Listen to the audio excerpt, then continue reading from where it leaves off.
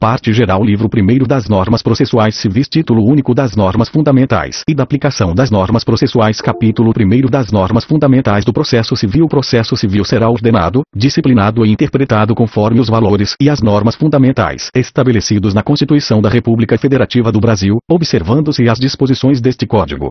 O processo começa por iniciativa da parte e se desenvolve por impulso oficial, salvo as exceções previstas em lei. Não se excluirá da apreciação jurisdicional ameaça ou lesão a direito. É permitida a arbitragem, na forma da lei. O Estado promoverá, sempre que possível, a solução consensual dos conflitos. Terceiro, a conciliação, a mediação e outros métodos de solução consensual de conflitos deverão ser estimulados por juízes, advogados, defensores públicos e membros do Ministério Público, inclusive no curso do processo judicial. As partes têm o direito de obter em prazo razoável a solução integral do mérito, incluída a atividade satisfativa. Aquele que de qualquer forma participa do processo deve comportar-se de acordo com a boa-fé. Todos os sujeitos do processo devem cooperar entre si para que se obtenha, em tempo razoável, decisão de mérito justa e efetiva. É assegurada às partes paridade de tratamento em relação ao exercício de direitos e faculdades processuais, aos meios de defesa, aos ônus, aos deveres e à aplicação de sanções processuais, competindo ao juiz zelar pelo efetivo contraditório. Ao aplicar o ordenamento jurídico, o juiz atenderá aos fins sociais e às exigências do bem comum, resguardando e promovendo a dignidade da pessoa humana, observando a proporcionalidade, a razoabilidade, a legalidade, a publicidade e a eficiência. Não se proferirá decisão contra uma das partes sem que ela seja previamente ouvida. Parágrafo único. O disposto no caput não se aplica à tutela provisória de urgência, às hipóteses de tutela da evidência previstas no inciso 2º e a decisão prevista no. O juiz não pode decidir, em grau algum de jurisdição, com base em fundamento a respeito do qual não se tenha dado às partes oportunidade de se manifestar, ainda que se trate de matéria sobre a qual deva decidir de ofício. Todos os julgamentos dos órgãos do Poder Judiciário serão públicos, fundamentadas todas as decisões, sob pena de nulidade. Parágrafo único. Nos casos de segredo de justiça, pode ser autorizada a presença somente das partes, de seus advogados, de defensores públicos ou do Ministério Público. Os juízes e os tribunais deverão obedecer à ordem cronológica de conclusão para proferir sentença ou acórdão. Primeiro, a lista de processos aptos a julgamento deverá estar permanentemente à disposição para consulta pública em cartório e na rede mundial de computadores. Segundo, estão excluídos da regra do caput as sentenças proferidas em audiência, homologatórias de acordo ou de improcedência liminar do pedido, o julgamento de processos em bloco para aplicação de tese jurídica firmada em julgamento de casos repetitivos, o julgamento de recursos repetitivos ou de incidente de resolução de demandas repetitivas, as decisões proferidas com base nos arts. 485 e 932, o julgamento de embargos de declaração, o julgamento de agravo interno, as preferências legais e as metas estabelecidas pelo Conselho Nacional de Justiça, os processos criminais, nos órgãos jurisdicionais que tenha competência penal, a causa que exija urgência no julgamento, assim reconhecida por decisão fundamentada. Terceiro, após a elaboração de lista própria, respeitar-se-á a ordem cronológica das conclusões entre as preferências legais. Quarto, após a inclusão do processo na lista de que trata o primeiro, o requerimento formulado pela parte não altera a ordem cronológica para a decisão, exceto quando implicar a reabertura da instrução ou a conversão do julgamento em diligência. Quinto, decidido o requerimento previsto no quarto, o processo retornará à mesma posição em que anteriormente se encontrava na lista. Sexto, ocupará o primeiro lugar na lista prevista no primeiro ou, conforme o caso, no terceiro, o processo que tiver sua sentença ou acórdão anulado, salvo quando houver necessidade de realização de diligência ou de complementação da instrução, se enquadrar na hipótese do art. 1040, inciso 2º. Capítulo 2º da aplicação das normas processuais à jurisdição civil será regida pelas normas processuais brasileiras, ressalvadas as disposições específicas previstas em tratados, convenções ou acordos internacionais de que o Brasil seja parte. A norma processual não retroagirá e será aplicável imediatamente aos processos em curso, respeitados os atos processuais praticados e as situações jurídicas consolidadas sob a vigência da norma revogada. Na ausência de normas que regulem processos eleitorais, trabalhistas ou administrativos, as disposições deste Código lhe serão aplicadas supletiva e subsidiariamente. Livro 2º da Função Jurisdicional. Título 1º da Jurisdição e da Ação. A jurisdição civil é exercida pelos juízes e pelos tribunais em todo o território nacional, conforme as disposições deste Código. Para postular em juízo é necessário ter interesse e legitimidade. Ninguém poderá pleitear direito alheio em nome próprio, salvo quando autorizado pelo ordenamento jurídico. Parágrafo único. Havendo substituição processual, o substituído poderá intervir como assistente litisconsorcial. O interesse do autor pode limitar-se à declaração, da existência, da inexistência ou do modo de ser de uma relação jurídica, da autenticidade ou da falsidade de documento. É admissível a ação meramente declaratória, ainda que tenha ocorrido a violação do direito. Título 2º dos limites da jurisdição nacional e da cooperação internacional. Capítulo 1º dos limites da jurisdição nacional. Compete à autoridade judiciária brasileira processar e julgar as ações em que o réu, qualquer que seja a sua nacionalidade, estiver domiciliado no Brasil tiver de ser cumprida a obrigação, o fundamento seja fato ocorrido ou ato praticado no Brasil. Parágrafo único. Para o fim do disposto no inciso I, considera-se domiciliada no Brasil a pessoa jurídica estrangeira que nele tiver agência, filial ou sucursal.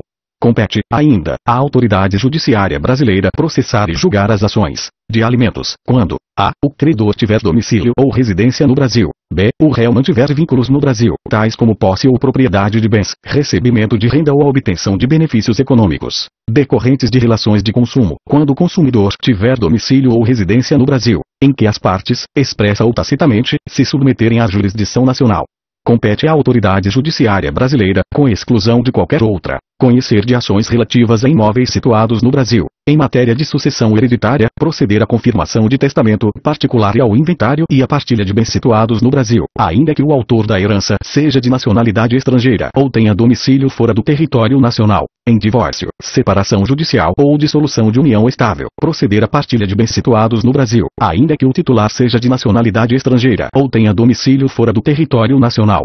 A ação proposta perante tribunal estrangeiro não induz litispendência e não obsta a que a autoridade judiciária brasileira conheça da mesma causa e das que lhe são conexas, ressalvadas as disposições em contrário de tratados internacionais e acordos bilaterais em vigor no Brasil. Parágrafo único.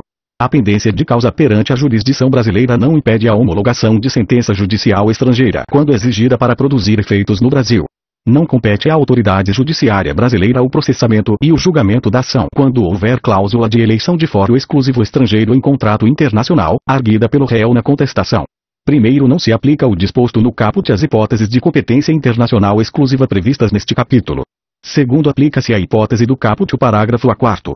Capítulo 2º da Cooperação Internacional. Seção I. Disposições gerais. A cooperação jurídica internacional será regida por tratado de que o Brasil faz parte e observará o respeito às garantias do devido processo legal no Estado requerente, a igualdade de tratamento entre nacionais e estrangeiros, residentes ou não no Brasil, em relação ao acesso à justiça e à tramitação dos processos, assegurando-se assistência judiciária aos necessitados, a publicidade processual, exceto nas hipóteses de sigilo previstas na legislação brasileira ou na do Estado requerente, a existência de autoridade central para a recepção e transmissão dos pedidos de cooperação, a espontaneidade na transmissão de informações a autoridades estrangeiras.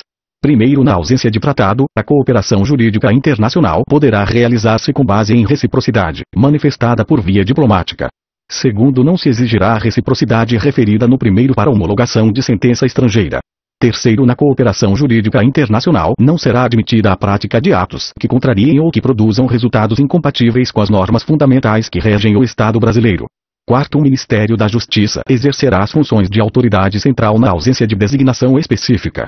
A cooperação jurídica internacional terá por objeto citação, intimação e notificação judicial e extrajudicial, colheita de provas e obtenção de informações, homologação e cumprimento de decisão, concessão de medida judicial de urgência, assistência jurídica internacional, qualquer outra medida judicial ou extrajudicial não proibida pela lei brasileira. Seção I. Do auxílio direto. Cabe auxílio direto quando a medida não decorrer diretamente de decisão de autoridade jurisdicional estrangeira a ser submetida a juízo de delibação no Brasil. A solicitação de auxílio direto será encaminhada pelo órgão estrangeiro interessado à autoridade central, cabendo ao Estado requerente assegurar a autenticidade e a clareza do pedido. Além dos casos previstos em tratados de que o Brasil faz parte, o auxílio direto terá os seguintes objetos: obtenção e prestação de informações sobre o ordenamento jurídico e sobre processos administrativos ou jurisdicionais findos ou em curso, colheita de provas, salvo se a medida for adotada em processo, em curso no estrangeiro, de competência exclusiva de autoridade judiciária brasileira, qualquer outra medida judicial ou extrajudicial não proibida pela lei brasileira. A autoridade central brasileira comunicar-se-á diretamente com suas congêneres e, se necessário, com outros órgãos estrangeiros responsáveis pela tramitação e pela execução de pedidos de cooperação enviados e recebidos pelo Estado brasileiro, respeitadas disposições específicas constantes de tratado. No caso de auxílio direto para a prática de atos que, segundo a lei brasileira, não necessitem de prestação jurisdicional, a autoridade central adotará as providências necessárias para seu cumprimento. Recebido o pedido de auxílio direto passivo, a autoridade central encaminhará à Advocacia Geral da União, que requerirá em juízo a medida solicitada. Parágrafo único. O Ministério Público requerirá em juízo a medida solicitada quando for autoridade central. Compete ao Juízo Federal do lugar em que deva ser executada a medida apreciar pedido de auxílio direto passivo que demande prestação de atividade jurisdicional. Seção I da Carta Rogatória, vetado. O procedimento da carta rogatória perante o Superior Tribunal de Justiça é de jurisdição contenciosa e deve assegurar às partes as garantias do devido processo legal. Primeiro, a defesa restringir-se à discussão quanto ao atendimento dos requisitos para que o pronunciamento judicial estrangeiro produza efeitos no Brasil. Segundo, em qualquer hipótese, é vedada a revisão do mérito do pronunciamento judicial estrangeiro pela autoridade judiciária brasileira. Seção I. Disposições comuns às seções anteriores. O pedido de cooperação jurídica internacional oriundo de autoridade brasileira competente será encaminhado à autoridade central para posterior envio ao Estado requerido para lhe dar andamento. O pedido de cooperação oriundo de autoridade brasileira competente e os documentos anexos que o instruem serão encaminhados à autoridade central, acompanhados de tradução para a língua oficial do Estado requerido. O pedido passivo de cooperação jurídica internacional será recusado se configurar manifesta ofensa à ordem pública. A cooperação jurídica internacional para a execução de decisão estrangeira dá-se-á por meio de carta rogatória ou de ação de homologação de sentença estrangeira, de acordo com o. Considera-se autêntico documento que instruir pedido de cooperação jurídica internacional, inclusive tradução para a língua portuguesa, quando encaminhado ao Estado brasileiro por meio de autoridade central ou por via diplomática, dispensando-se a juramentação, autenticação ou qualquer procedimento de legalização. Parágrafo único. O disposto no caput não impede, quando necessária, a aplicação pelo Estado brasileiro do princípio da reciprocidade de tratamento. Título 3º da Competência Interna. Capítulo 1º da Competência. Seção I. Disposições gerais. As causas cíveis serão processadas e decididas pelo juiz nos limites de sua competência, ressalvado às partes o direito de instituir juízo arbitral, na forma da lei. Determina-se a competência no momento do registro ou da distribuição da petição inicial, sendo irrelevantes as modificações do estado de fato ou de direito ocorridas posteriormente, salvo quando suprimirem órgão judiciário ou alterarem a competência absoluta. Obedecidos os limites estabelecidos pela Constituição Federal, a competência é determinada pelas normas previstas neste Código ou em legislação especial, pelas normas de organização judiciária e, ainda, no que couber, pelas Constituições dos Estados. Tramitando o processo perante outro juízo, os autos serão remetidos ao juízo federal competente, se nele intervier a União, suas empresas públicas, entidades autárquicas e fundações, ou Conselho de Fiscalização de Atividade Profissional, na qualidade de parte ou de terceiro interveniente, exceto as ações de recuperação judicial, falência, insolvência civil e acidente de trabalho, sujeitas à Justiça Eleitoral e à Justiça do Trabalho. Primeiro, os autos não serão remetidos se houver pedido cuja apreciação seja de competência do juízo perante o qual foi proposta a ação. Segundo, na hipótese do primeiro, o juiz, ao não admitir a acumulação de pedidos em razão da incompetência para apreciar qualquer deles, não examinará o mérito daquele em que exista em interesse da União, de suas entidades autárquicas ou de suas empresas públicas. Terceiro, o juízo federal restituirá os autos ao juízo estadual sem suscitar conflito, se o ente federal cuja presença ensejou a remessa for excluído do processo. A ação fundada em direito pessoal ou em direito real sobre bens móveis será proposta, em regra, no fórum de domicílio do réu. Primeiro, tendo mais de um domicílio, o réu será demandado no fórum de qualquer deles. Segundo, sendo incerto ou desconhecido o domicílio do réu, ele poderá ser demandado onde for encontrado ou no fórum de domicílio do autor. Terceiro, quando o réu não tiver domicílio ou residência no Brasil, a ação será proposta no fórum de domicílio do autor, e, se este também residir fora do Brasil, a ação será proposta em qualquer fórum. Quarto, havendo dois ou mais réus com diferentes domicílios, serão demandados no fórum de qualquer deles, à escolha do autor.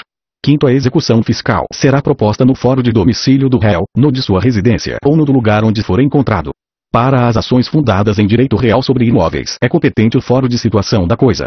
Primeiro, o autor pode optar pelo fórum de domicílio do réu ou pelo fórum de eleição, se o litígio não recair sobre direito de propriedade, vizinhança, servidão, divisão e demarcação de terras e denunciação de obra nova. Segundo, a ação possessória imobiliária será proposta no fórum de situação da coisa, cujo juízo tem competência absoluta. O fórum de domicílio do autor da herança, no Brasil, é o competente para o inventário, a partilha, a arrecadação, o cumprimento de disposições de última vontade, a impugnação ou anulação de partilha extrajudicial e para todas as ações em que o espólio for réu, ainda que o óbito tenha ocorrido no estrangeiro. Parágrafo único. Se o autor da herança não possuía domicílio certo, é competente o fórum de situação dos bens imóveis, havendo bens imóveis em foros diferentes, qualquer destes. Não havendo bens imóveis, o fórum do local de qualquer dos bens do espólio. A ação em que o ausente for réu será proposta no fórum de seu último domicílio, também competente para a arrecadação, ou inventário, a partilha e o cumprimento de disposições testamentárias. A ação em que o incapaz for réu será proposta no fórum de domicílio de seu representante ou assistente. É competente o fórum de domicílio do réu para as causas em que seja autora a união. Parágrafo único. Se a união for a demandada, a ação poderá ser proposta no fórum de domicílio do autor, no de ocorrência do ato ou fato que originou a demanda, no de situação da coisa ou no Distrito Federal. É competente o fórum de domicílio do réu para as causas em que seja autor Estado ou Distrito Federal. Parágrafo único. Se Estado ou Distrito Federal for o demandado, a ação poderá ser proposta no fórum de domicílio do autor, no de ocorrência do ato ou fato que originou a demanda, no de situação da coisa ou na capital do respectivo ente federado. É competente o fórum para a ação de divórcio, separação, anulação de casamento e reconhecimento ou dissolução de união estável. A. De domicílio do guardião de filho incapaz. B. Do último domicílio do casal, caso não haja filho incapaz. C. De domicílio do réu, se nenhuma das partes residir no antigo domicílio do casal. De domicílio ou residência do alimentando, para a ação em que se pedem alimentos. Do lugar.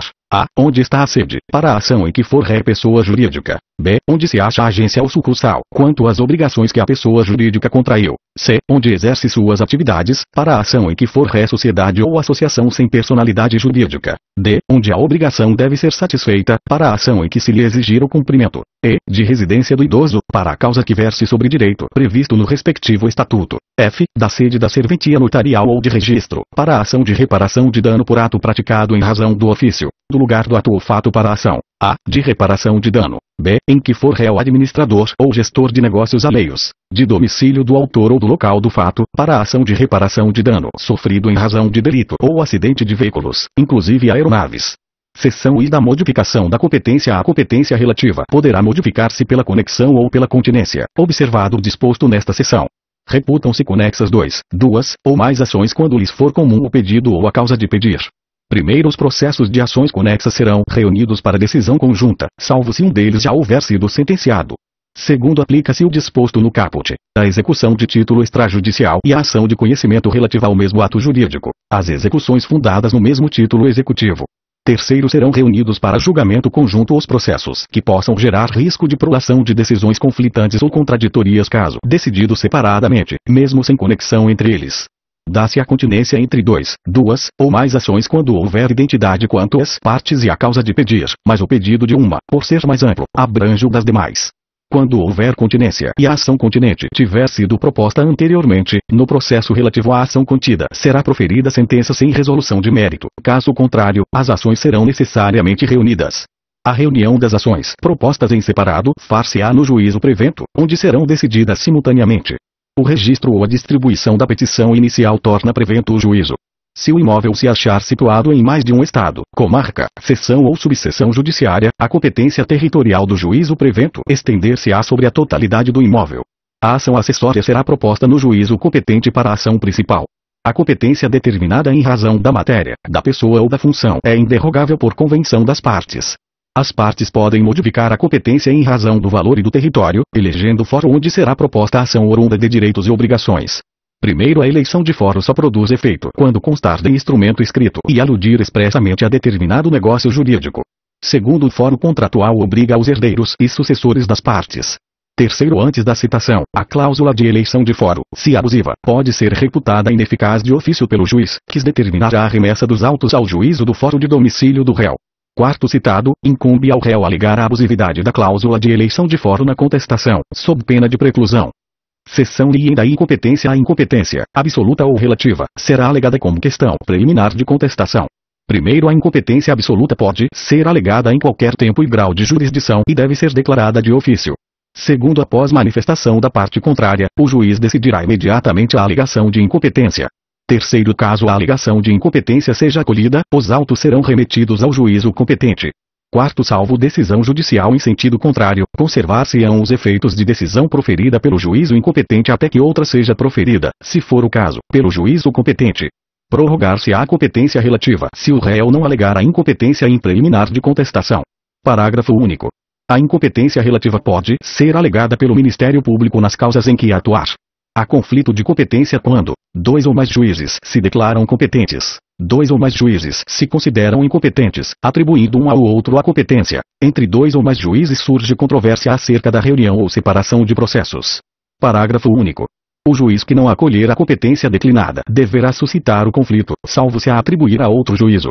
Capítulo 2 da Cooperação Nacional aos órgãos do Poder Judiciário, estadual ou federal, especializado ou comum, em todas as instâncias e graus de jurisdição, inclusive aos tribunais superiores, incumbe o dever de recíproca cooperação, por meio de seus magistrados e servidores. Os juízos poderão formular entre si pedido de cooperação para a prática de qualquer ato processual. O pedido de cooperação jurisdicional deve ser prontamente atendido, prescinde de forma específica e pode ser executado como auxílio direto, reunião ou apensamento de processos, prestação de informações, atos concertados entre os juízes cooperantes. Primeiro, as cartas de ordem precatória e arbitral seguirão o regime previsto neste Código. Segundo, os atos concertados entre os juízes cooperantes poderão consistir, além de outros, no estabelecimento de procedimento para a prática de citação, intimação ou notificação de ato, a obtenção e apresentação de provas e a coleta de depoimentos, a efetivação de tutela provisória, a efetivação de medidas e providências para a recuperação e preservação de empresas, a facilitação de habilitação de créditos na falência e na recuperação judicial, a centralização de processos repetitivos, a execução de decisão jurisdicional. Terceiro, o pedido de cooperação judiciária pode ser realizado entre órgãos jurisdicionais de diferentes ramos do Poder Judiciário. Livro 3º dos sujeitos do processo, título 1º das partes e dos procuradores, capítulo 1º da capacidade processual. Toda pessoa que se encontre no exercício de seus direitos tem capacidade para estar em juízo. O incapaz será representado ou assistido por seus pais, por tutor ou por curador, na forma da lei. O juiz nomeará curador especial ao incapaz, se não tiver representante legal ou se os interesses deste colidirem com os daquele, enquanto durar a incapacidade, réu preso rével, bem como ao réu rével citado por edital ou com hora certa, enquanto não for constituído advogado. Parágrafo único. A curatela especial será exercida pela Defensoria Pública, nos termos da lei.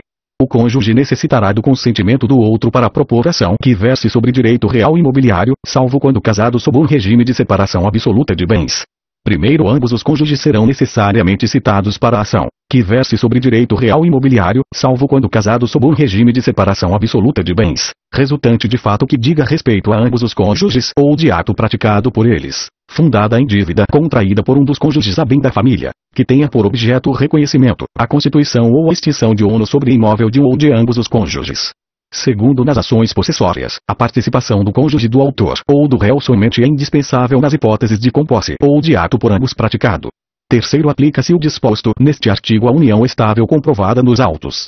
O consentimento previsto no pode ser suprido judicialmente quando for negado por um dos cônjuges sem justo motivo, ou quando lhe seja impossível concedi-lo.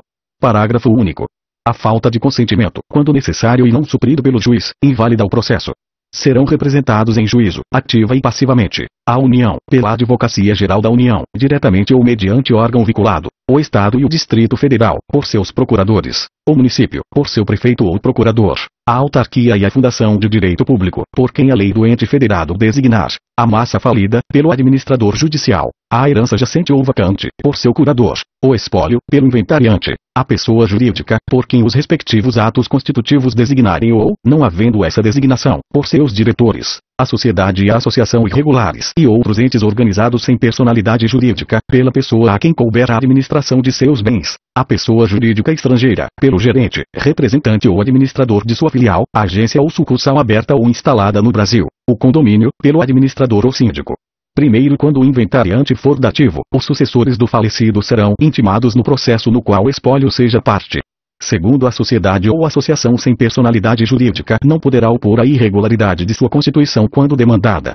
Terceiro, o gerente de filial ou agência presume-se autorizado pela pessoa jurídica estrangeira a receber citação para qualquer processo.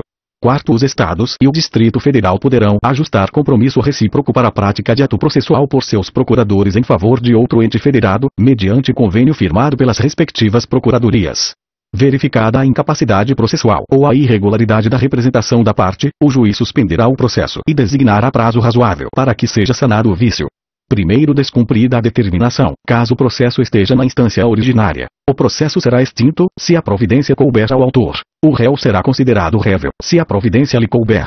O terceiro será considerado rével ou excluído do processo, dependendo do polo em que se encontre. Segundo, descumprida a determinação em fase recursal perante Tribunal de Justiça, Tribunal Regional Federal ou Tribunal Superior, o relator não conhecerá do recurso, se a providência couber ao recorrente. Determinará o desentranhamento das contrarrazões, se a providência couber ao recorrido.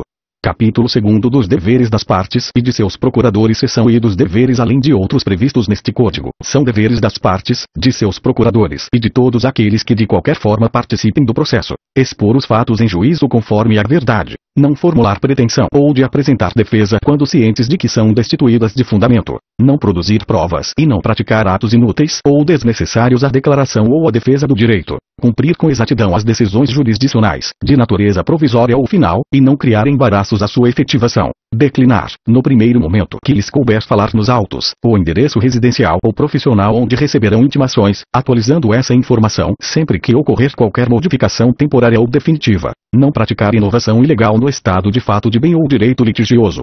Primeiro, nas hipóteses dos incisos 4 e v, o juiz advertirá qualquer das pessoas mencionadas no caput de que sua conduta poderá ser punida como ato atentatório à dignidade da justiça.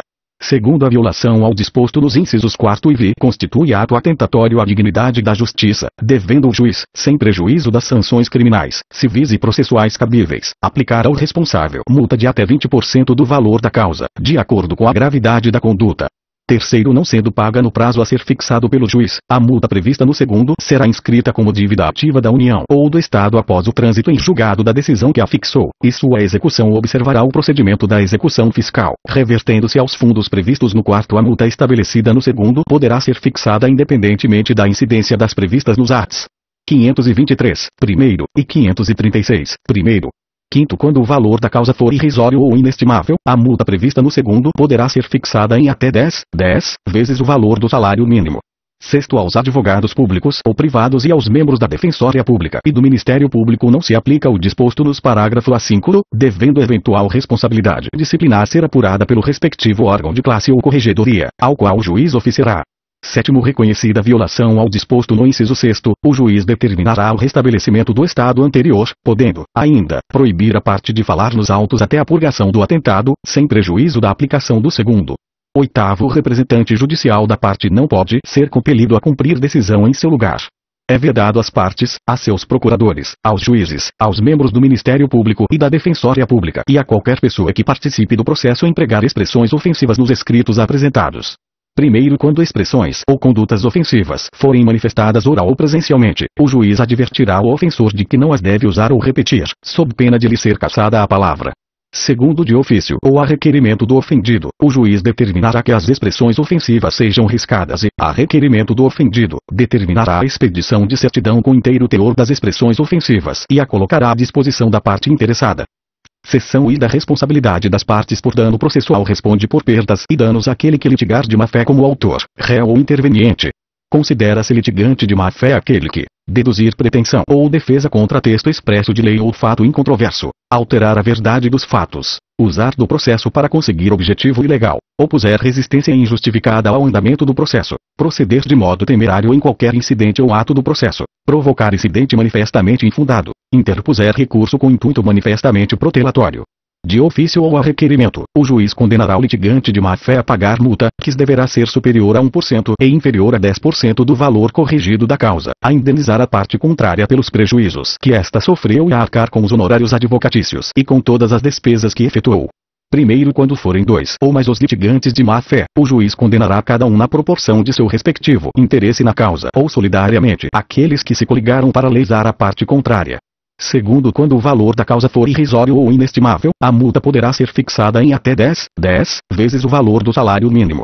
Terceiro, o valor da indenização será fixado pelo juiz ou, caso não seja possível mensurá-lo, liquidado por arbitramento ou pelo procedimento comum, nos próprios autos.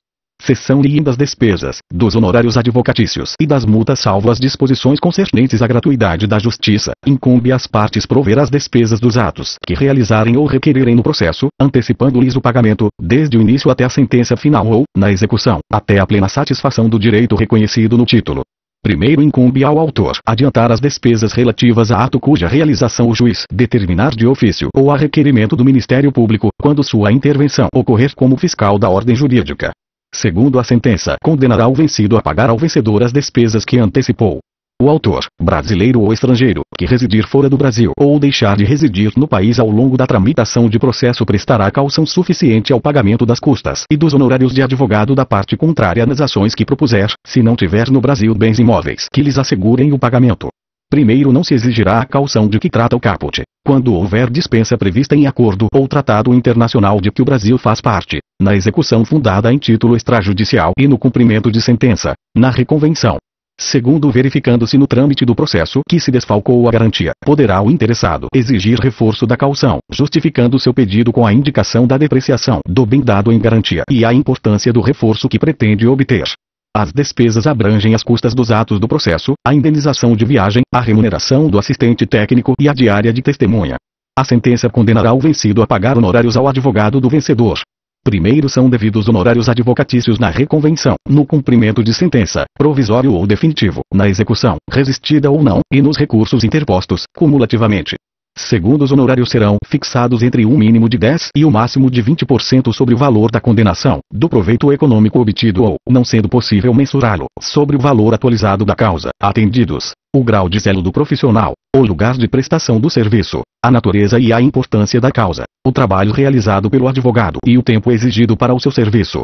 Terceiro, nas causas em que a Fazenda Pública for parte, a fixação dos honorários observará os critérios estabelecidos nos incisos I e quarto do segundo e os seguintes percentuais: mínimo de 10% e máximo de 20% sobre o valor da condenação ou do proveito econômico obtido até 200 salários mínimos. Mínimo de 8% e máximo de 10% sobre o valor da condenação ou do proveito econômico obtido acima de 200 salários mínimos até 2.000 salários mínimos. Mínimo de 5% e máximo de 8% sobre o valor da condenação ou do proveito econômico obtido acima de 2.000 salários mínimos até 20.000 salários mínimos. Mínimo de 13% e máximo de 5% sobre o valor da condenação ou do proveito econômico obtido acima de 20.000 salários mínimos até 100.000 salários mínimos. Mínimo de 1% e máximo de 3% sobre o valor da condenação ou do proveito econômico obtido acima de 100.000 salários mínimos. Quarto, em qualquer das hipóteses do terceiro, os percentuais previstos nos incisos I e V devem ser aplicados desde logo, quando for líquida a sentença. Não sendo líquida a sentença, a definição do percentual, nos termos previstos nos incisos I e V, somente ocorrerá quando liquidado o julgado, não havendo condenação principal ou não sendo possível mensurar o proveito econômico obtido, a condenação em honorários dá-se-á sobre o valor atualizado da causa. Será considerado o salário mínimo vigente quando prolatada a sentença líquida ou que estiver em vigor na data da decisão de liquidação. Quinto, quando, conforme o caso, a condenação contra a Fazenda Pública ou o benefício econômico obtido pelo vencedor ou o valor da causa for superior ao valor previsto no inciso I do terceiro, a fixação do percentual de honorários deve observar a faixa inicial e, naquilo que a exceder, a faixa subsequente, e assim sucessivamente. Sexto, os limites e critérios previstos nos parágrafo I e 3 aplicam-se independentemente de qual seja o conteúdo da decisão, inclusive aos casos de improcedência ou de sentença sem resolução de mérito. Sétimo, não serão devidos honorários no cumprimento de sentença contra a Fazenda Pública que enseje expedição de precatório, desde que não tenha sido impugnada. Oitavo, nas causas em que for inestimável ou irrisório o proveito econômico ou, ainda, quando o valor da causa for muito baixo, o juiz fixará o valor dos honorários por apreciação equitativa, observando o disposto nos incisos do segundo. Nono, na ação de indenização por ato ilícito contra a pessoa, o percentual de honorários incidirá sobre a soma das prestações vencidas acrescida de 12 prestações vincendas. 10. Nos casos de perda do objeto, os honorários serão devidos por quem deu causa ao processo. 11.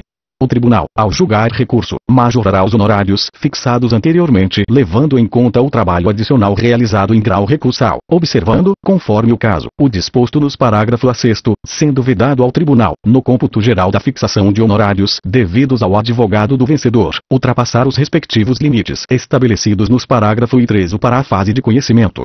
12. Os honorários referidos no 11 são cumuláveis com multas e outras sanções processuais, inclusive as previstas no 13. As verbas de sucumbência arbitradas em embargos à execução, rejeitados ou julgados improcedentes e em fase de cumprimento de sentença serão acrescidas no valor do débito principal, para todos os efeitos legais. 14.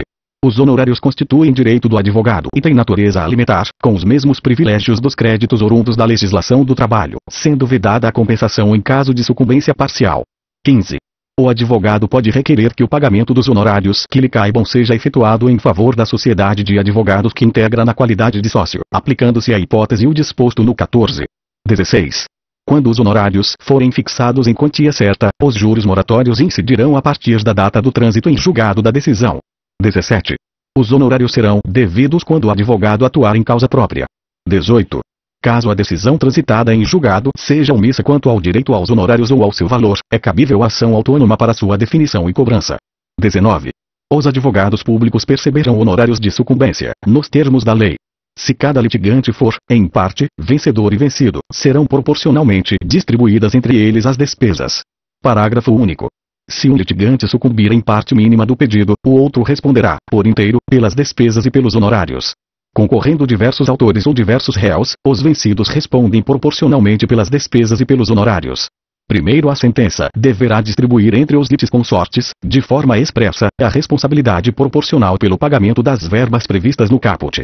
Segundo, se a distribuição de que trata o primeiro não for feita, os vencidos responderão solidariamente pelas despesas e pelos honorários. Nos procedimentos de jurisdição voluntária, as despesas serão adiantadas pelo requerente e rateadas entre os interessados. Nos juízos divisórios, não havendo litígio, os interessados pagarão as despesas proporcionalmente a seus quinhões. Proferida sentença com fundamento em desistência, em renúncia ou em reconhecimento do pedido, as despesas e os honorários serão pagos pela parte que desistiu, renunciou ou reconheceu. Primeiro, sendo parcial a desistência, a renúncia ou o reconhecimento, a responsabilidade pelas despesas e pelos honorários será proporcional à parcela reconhecida, a qual se renunciou ou da qual se desistiu. Segundo, havendo transação e nada tendo as partes disposto quanto às despesas, estas serão divididas igualmente. Terceiro, se a transação ocorrer antes da sentença, as partes ficam dispensadas do pagamento das custas processuais remanescentes, se houver. Quarto, se o réu reconhecer a procedência do pedido e, simultaneamente, cumprir integralmente a prestação reconhecida, os honorários serão reduzidos pela metade. As despesas dos atos processuais praticados a requerimento da Fazenda Pública, do Ministério Público ou da Defensoria Pública serão pagas ao final pelo vencido. Primeiro, as perícias requeridas pela Fazenda Pública, pelo Ministério Público ou pela Defensoria Pública poderão ser realizadas por entidade pública ou, havendo previsão orçamentária, ter os valores adiantados por aquele que requerer a prova. Segundo, não havendo previsão orçamentária no exercício financeiro para adiantamento dos honorários periciais, eles serão pagos no exercício seguinte ou ao final, pelo vencido, caso o processo se encerre antes do adiantamento a ser feito pelo ente público.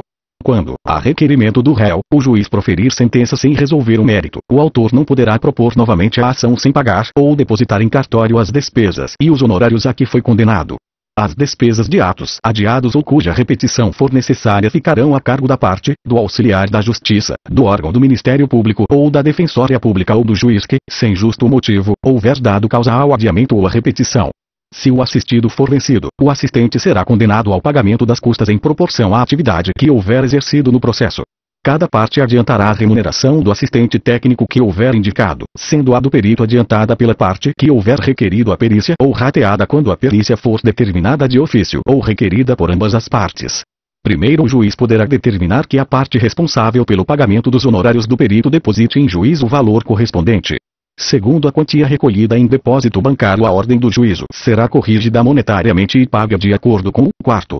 Terceiro, quando o pagamento da perícia for de responsabilidade de beneficiário de gratuidade da justiça, ela poderá ser custeada com recursos alocados no orçamento do ente público e realizada por servidor do Poder Judiciário ou por órgão público conveniado, paga com recursos alocados no orçamento da União, do Estado ou do Distrito Federal, no caso de ser realizada por particular, hipótese em que o valor será fixado conforme tabela do tribunal respectivo ou, em caso de sua omissão, do Conselho Nacional de Justiça. Quarto, na hipótese do terceiro, o juiz, após o trânsito em julgado da decisão final, oficiará à Fazenda Pública para que promova, contra quem tiver sido condenado ao pagamento das despesas processuais, da execução dos valores gastos com a perícia particular ou com a utilização de servidor público ou da estrutura de órgão público, observando-se, caso o responsável pelo pagamento das despesas seja beneficiário de gratuidade da justiça, o disposto no segundo. Quinto, para fins de aplicação do terceiro, é vedada a utilização de recursos do Fundo de Custeio da Defensoria Pública. O valor das sanções impostas ao litigante de má-fé reverterá em benefício da parte contrária, e o valor das sanções impostas aos serventuários pertencerá ao Estado ou à União. A União e os Estados podem criar fundos de modernização do Poder Judiciário, aos quais serão revertidos os valores das sanções pecuniárias processuais destinadas à União e aos Estados, e outras verbas previstas em lei. Seção IV da gratuidade da justiça à pessoa natural ou jurídica, brasileira ou estrangeira, com insuficiência de recursos para pagar as custas, as despesas processuais e os honorários advocatícios tem direito à gratuidade da justiça, na forma da lei. Primeiro, a gratuidade da justiça compreende as taxas ou as custas judiciais, os selos postais, as despesas com publicação na imprensa oficial, dispensando-se a publicação em outros meios, a indenização devida à testemunha que, quando empregada, receberá do empregador salário integral, como se em serviço estivesse, as despesas com a realização de exame de código genético, DNA e de outros exames considerados essenciais, os honorários do advogado e do perito e a remuneração do intérprete ou do tradutor nomeado para apresentação de versão em português de documento redigido em língua estrangeira, o custo com a elaboração de memória de cálculo, quando exigida para a instauração da execução, os depósitos previstos em lei para a interposição de recurso, para a propositura de ação e para a prática de outros atos processuais inerentes ao exercício da ampla defesa e do contraditório, os emolumentos devidos a notários ou registradores em decorrência da prática de registro, averbação ou qualquer outro ato notarial necessário à efetivação de decisão judicial ou à continuidade de processo judicial no qual o benefício tenha sido concedido. Segundo, a concessão de gratuidade não afasta a responsabilidade do beneficiário pelas despesas processuais e pelos honorários advocatícios decorrentes de sua sucumbência. Terceiro, vencido o beneficiário, as obrigações decorrentes de sua sucumbência ficarão sob condição suspensiva de exigibilidade e somente poderão ser executadas se, nos 5 anos subsequentes ao trânsito em julgado da decisão que a certificou, o credor demonstrar que deixou de existir a situação de insuficiência de recursos que justificou a concessão de gratuidade, extinguindo-se, passado esse prazo, tais obrigações do beneficiário. Quarto, a concessão de gratuidade não afasta o dever de o beneficiário pagar, ao final, as multas processuais que lhe sejam impostas. Quinto, a gratuidade poderá ser concedida em relação a algum ou a todos os atos processuais, ou consistir na redução percentual de despesas processuais que o beneficiário tiver de adiantar no curso do procedimento. Sexto, conforme o caso, o juiz poderá conceder direito ao parcelamento de despesas processuais que o beneficiário tiver de adiantar no curso do procedimento. Sétimo, aplica-se o disposto no parágrafo 3º a 5º, ao custeio dos emolumentos previstos no primeiro, inciso X, do presente artigo, observada a tabela e as condições da lei estadual ou distrital respectiva. Oitavo, na hipótese do primeiro, inciso 9, havendo dúvida fundada quanto ao preenchimento atual dos pressupostos para a concessão de gratuidade, o notário ou registrador, após praticar o ato, pode requerer, ao juízo competente para decidir questões notariais ou registrais, a revogação total ou parcial do benefício ou a sua substituição pelo parcelamento de que trata o 6º deste artigo, caso em que o beneficiário será citado para, em 15 dias, manifestar-se sobre esse requerimento. O pedido de gratuidade da justiça pode ser formulado na petição inicial, na contestação, na petição para ingresso de terceiro no processo ou em recurso. Primeiro, se superveniente a primeira manifestação da parte na instância, o pedido poderá ser formulado por petição simples, nos autos do próprio processo, e não suspenderá seu curso. Segundo, o juiz somente poderá indeferir o pedido se houver nos autos elementos que evidenciem a falta dos pressupostos legais para a concessão de gratuidade, devendo, antes de indeferir o pedido, determinar a parte a comprovação do preenchimento dos referidos pressupostos. Terceiro, presume-se verdadeira a alegação de insuficiência deduzida exclusivamente por pessoa natural. Quarto, a assistência do requerente por advogado particular não impede a concessão de gratuidade da justiça. Quinto, na hipótese do quarto, o recurso que verse exclusivamente sobre valor de honorários de sucumbência fixados em favor do advogado de beneficiário estará sujeito a preparo, salvo se o próprio advogado demonstrar que tem direito à gratuidade. Sexto, o direito à gratuidade da justiça é pessoal, não se estendendo a litisconsorte ou a sucessor do beneficiário, salvo o requerimento e deferimento expressos. Sétimo, requerida a concessão de gratuidade da justiça em recurso, o recorrente estará dispensado de comprovar o recolhimento do preparo, incumbindo ao relator, neste caso, apreciar o requerimento, se indeferi-lo, fixar prazo para a realização do recolhimento. Deferido o pedido, a parte contrária poderá oferecer impugnação na contestação, na réplica, nas contrarrazões de recurso ou, nos casos de pedido superveniente ou formulado por terceiro, por meio de petição simples, a ser apresentada no prazo de 15 dias, nos autos do próprio processo, sem suspensão de seu curso. Parágrafo único. Revogado o benefício, a parte arcará com as despesas processuais que tiver deixado de adiantar e pagará, em caso de má-fé, até o décuplo de seu valor a título de multa, que será revertida em benefício da Fazenda Pública Estadual ou Federal e poderá ser inscrita em dívida ativa. Contra a decisão que indeferir a gratuidade ou a que acolher pedido de sua revogação caberá agravo de instrumento, exceto quando a questão for resolvida na sentença, contra a qual caberá apelação. Primeiro, o recorrente estará dispensado do recolhimento de custas até decisão do relator sobre a questão, preliminarmente ao julgamento do recurso. Segundo, confirmada a denegação ou a revogação da gratuidade, o relator ou órgão colegiado determinará ao recorrente o recolhimento das custas processuais, no prazo de 5 dias, sob pena de não conhecimento do recurso. Sobrevindo o trânsito em julgado de decisão que revoga a gratuidade, a parte deverá efetuar o recolhimento de todas as despesas de cujo adiantamento foi dispensada, inclusive as relativas ao recurso interposto, se houver, no prazo fixado pelo juiz, sem prejuízo de aplicação das sanções previstas em lei. Parágrafo único.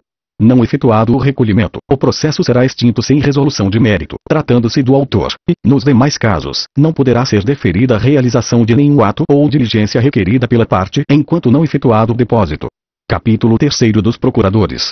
A parte será representada em juízo por advogado regularmente inscrito na Ordem dos Advogados do Brasil. Parágrafo único. É lícito a parte postular em causa própria quando tiver habilitação legal. O advogado não será admitido a postular em juízo sem procuração, salvo para evitar preclusão, decadência ou prescrição, ou para praticar ato considerado urgente. Primeiro, nas hipóteses previstas no caput, o advogado deverá, independentemente de caução, exibir a procuração no prazo de 15 dias, prorrogável por igual período por despacho do juiz. Segundo, o ato não ratificado será considerado ineficaz relativamente àquele em cujo nome foi praticado, respondendo o advogado pelas despesas e por perdas e danos. A procuração geral para o foro, outorgada por instrumento público ou particular assinado pela parte, habilita o advogado a praticar todos os atos do processo, exceto receber citação, confessar, reconhecer a procedência do pedido, transigir, desistir, renunciar ao direito sobre o qual se funda a ação, receber, dar quitação, firmar compromisso e assinar declaração de hipossuficiência econômica, que devem constar de cláusula específica. Primeiro, a procuração pode ser assinada digitalmente, na forma da lei. Segundo, a procuração deverá conter o nome do advogado, seu número de inscrição na Ordem dos Advogados do Brasil e endereço completo. Terceiro, se o outorgado integrar sociedade de advogados, a procuração também deverá conter o nome dessa, seu número de registro na Ordem dos Advogados do Brasil e endereço completo. Quarto, salvo disposição expressa em sentido contrário constante do próprio instrumento, a procuração outorgada na fase de conhecimento é eficaz para todas as fases do processo, inclusive para o cumprimento de sentença.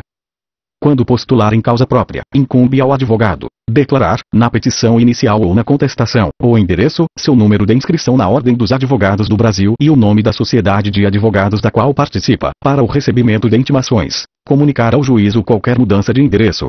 Primeiro, se o advogado descumprir o disposto no inciso I, o juiz ordenará que se supra a omissão, no prazo de 5 dias, antes de determinar a citação do réu, sob pena de indeferimento da petição. Segundo, se o advogado infringir o previsto no inciso 2º, serão consideradas válidas as intimações enviadas por carta registrada ou meio eletrônico ao endereço constante dos autos.